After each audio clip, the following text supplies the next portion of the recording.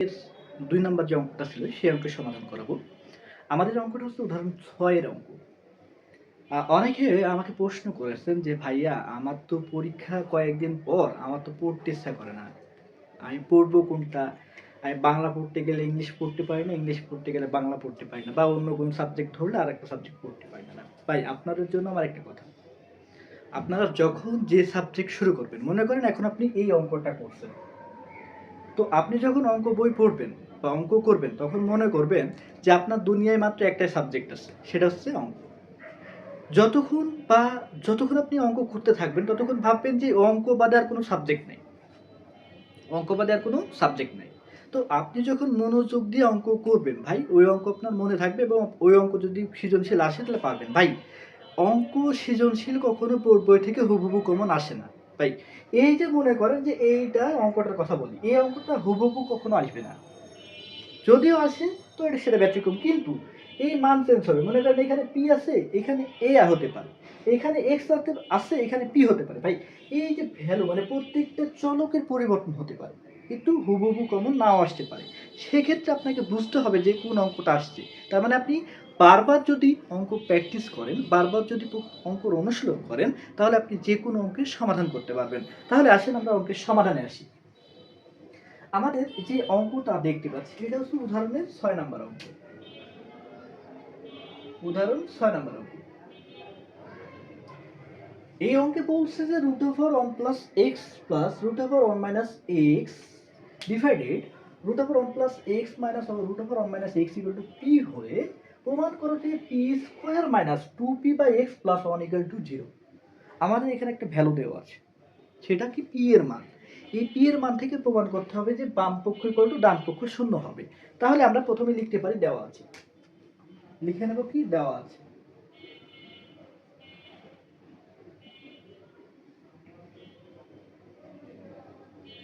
দেওয়া আছে যে √1 plus x plus √1 minus x divided √1 plus x minus √1 minus x equal to P. এই হচ্ছে আপনার একটা ভ্যালু দেওয়া আছে ভাই। এরকম অঙ্ক যদি কখনো থাকে তাহলে প্রথম কাজ হচ্ছে আপনি সরাসরি যোজন বিয়োজন করবেন। আর যদি শুধু রুট থাকে, এই শুধু রুটের ক্ষেত্রে কি করবেন জানেন? যদি শুধু রুট থাকে সেক্ষেত্রে বর্গ করবেন। রুট মানে কি? বর্গ করবেন। যদি ঘন থাকে মানে এরকম থাকে, যদি সাপোজ 3√a এরকম যদি ঘন মূল থাকে সেক্ষেত্রে আপনি করবেন ঘন। তার মানে প্রথম কাজ হচ্ছে যোজন বিয়োজন করা। প্রথম কাজ কি? যোজন বিয়োজন। প্রথম কাজ হচ্ছে যোজন বিয়োজন করা, তারপরে বর্গ করা, তারপরে আবার যদি কাজ হয় তাহলে আবার যোজন বিয়োজন করা। এইভাবে চলতে থাকবে পর্যায়ক্রমে। যদি ঘনমূল হয় তাহলে প্রথমে যোজন বিয়োজন করা, তারপরে ঘনমূল করা, তারপরে কি আবার যোজন বিয়োজন করা। তাহলে প্রথমে আসি, এই অঙ্কটার প্রথম কাজ হচ্ছে যোজন বিয়োজন করা। যোজন বিয়োজন কি করবো? লবের সাথে হর যোগ করবে একবার, আবার কি করবো? লবের সাথে হর বিয়োগ করবে একবার। তাহলে √1 plus x plus √1 minus x, লব লিখেছি প্লাস, এবার হর লিখ √1 প্লাস এক্স, এই প্লাসে এই মাইনাসে মাইনাস √1 মাইনাস এক্স ডিভাইডেড, আবার লব লিখবো, লব কত? 1 plus x plus √1 minus x. এবার কি করবো? বিয়োগ করবো। যেহেতু এখানে বিয়োগ লিখবো তাহলে এখানে লিখলাম বিয়োগ √1 প্লাস এক্স, এই মাইনাসে হয়ে যাবে কি plus √1 minus x equal to কি? P plus 1 P minus 1। এই হচ্ছে যোজন বিয়োজনের কাজ শেষ। দেখেন এইখানে 1 minus x minus 1 minus x plus 1 plus x minus 1 plus x plus. তাহলে আপনি দেখেন শুধু থাকে উপরে কি? উপরে থাকে হচ্ছে যে 2 into √1 plus x divided 2 into √1 minus x equal to কত? P plus 1 divided P minus 1। দেখেন 2 2 কিন্তু কেটে যায়, থাকে কি? √1 plus x divided √1 minus x equal to P plus 1 P minus 1। আপনারা এখানে কাজ করেছেন কি? এখানে করেছেন হচ্ছে যোজন বিয়োজন। কি করেছেন? যোজন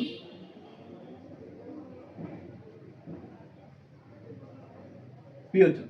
যোজন বিয়োজনের কাজ শেষ। এবার কি করব স্যার, রুট আছে এই জন্য কি করব, শুধু বর্গ করব। উভয় পক্ষকে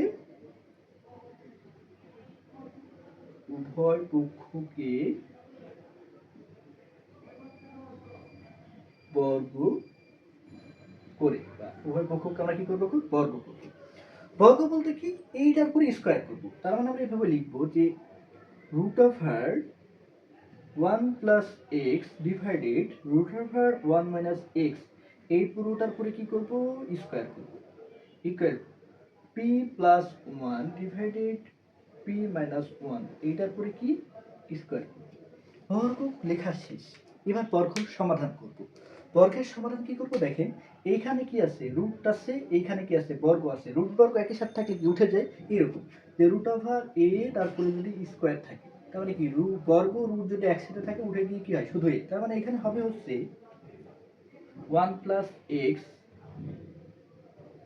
divided 1 minus x equal p plus 1 square, আবার আছে কি পি মাইনাস 1 স্কয়ার। তার মানে কি এখানে একটা ফর্মুলা করা যায়।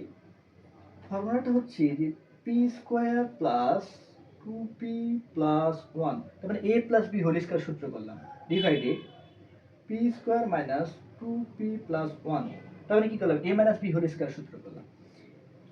বর্গ করা শেষ। এখন এইখানে করব হচ্ছে, বর্গ করা শেষ হয়েছে, আবার করব কি, যোজন বিয়োজন। যোজন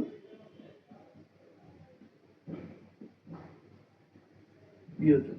এখন এই লাইনটাকে যোজন বিয়োজন করলেই, এখন কি করব ভাইয়া, এই লাইনটাকে যোজন বিয়োজন করব। যোজন বলতে কি, সেই আগের মতোই।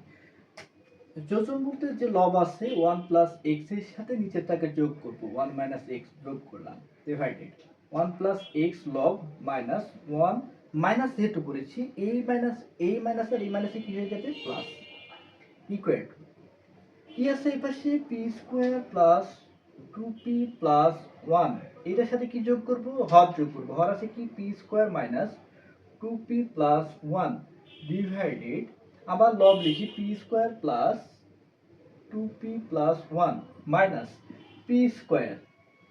দেখেন পি স্কয়ার প্লাসে মাইনাসে মাইনাস হয়েছে, যেহেতু বিয়োগ করতেছি, এই মাইনাসে কি হয়ে যাবে, প্লাস 2p, এই মাইনাসে এই প্লাসে কি হয়ে যাবে, মাইনাস, এই যে মাইনাস। তার মানে যোজন বিয়োজনের কাজ শেষ।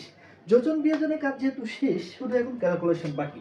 দেখেন এইটা x মাইনাস ax প্লাস কেটে যায়, a1 মাইনাস a1 প্লাস কেটে যায়, থাকে কি, উপরে থাকে 1 আর যোগ করলে 2 ডিভাইডেড x যোগ করলে কত, 2x ইকুয়াল টু, দেখেন 2p মাইনাস 2p প্লাস, আবার এখানে P square minus P square plus, এখানে দেখেন 1 মাইনাস 1 প্লাস, উপরে কি আছে, শুধু পি স্কয়ার, আর এখানে আছে হচ্ছে 1 পি স্কয়ার 1, তার মানে কি, পি স্কয়ার যোগ করলে হচ্ছে 2p স্কয়ার প্লাস 1 যোগ করলে 2 ডিভাইডেড, এখানে দেখেন কত আছে, 2p যোগ করলে কত হবে, 4p। দেখেন যোগের কাজ কিন্তু শেষ। যোগের কাজ যেহেতু শেষ হয়েছে, এবার দেখেন এইটা a2 কেটে যায়, 2 ভাগ করা যায়, থাকে কি 1/x ইকুয়াল টু, দুইটার মধ্যে দেখেন কমন যায়, এটার মধ্যে 2 কমন যায়, এটার মধ্যে 2 কমন যায়, 2 কমন নিলাম, থাকে কি p square plus 1 divided 4p। দেখেন তো 4 কে যদি 2 দিয়ে ভাগ করে থাকলে কত হয়, 2, তাহলে থাকে কি নিচে 2p, উপরে থাকে হচ্ছে পি স্কয়ার প্লাস 1, কারণ থাকে এই পাশে হচ্ছে 1/x equal to P square plus 1 divided থাকে কত, 2p।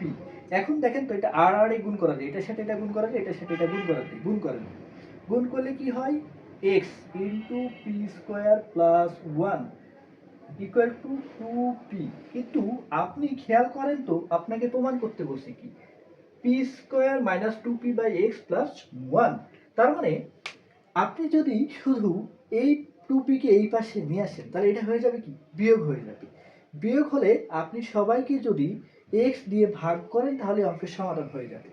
খেয়াল করেন এরপরে কি হবে, যে x into P square plus 1 minus 2p equal to 0, সবাইকে x দিয়ে ভাগ করেন। সবাইকে x দিয়ে ভাগ করে আপনি যদি এটাকে গুণ করেন, তাহলে কি হবে, xp গুণ করলে হচ্ছে xp স্কয়ার প্লাস x আর 1 যদি গুণ করেন, তাহলে হবে হচ্ছে x minus 2p equal to কত, 0। সবাইকে এক্স দিয়ে ভাগ করেন, এইটাকে এক্স দিয়ে ভাগ করলে হবে হচ্ছে পি স্কোয়ার প্লাস এইটাকে যদি এক্স দিয়ে ভাগ করেন, কে এক্স দিয়ে ভাগ করলে 1 মাইনাস 2p কে যদি এক্স দিয়ে ভাগ করেন 2p by x equal to 0। তার মানে আমরা লিখতে পারি উভয় পক্ষকে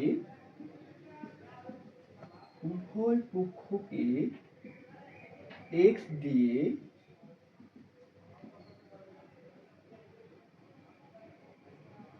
ভাগ করে, উভয় পক্ষকে এক্স দিয়ে ভাগ করে যে মানটা পেয়েছি, দেখেন তো এই মানটা আর এই মানটা সেম কিনা, এই মানটা আর এই মানটা সেম কিনা।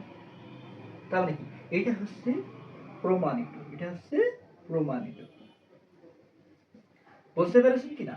অঙ্কটা অনেক সহজ, শুধু মনে রাখবেন যদি বর্গমূল থাকে, যদি বর্গ থাকে সেখানে প্রথম কাজ হচ্ছে যোজন বিয়োজন করা, তারপরে বর্গ করা, তারপরে লাইন আবার কি যোজন বিয়োজন করা।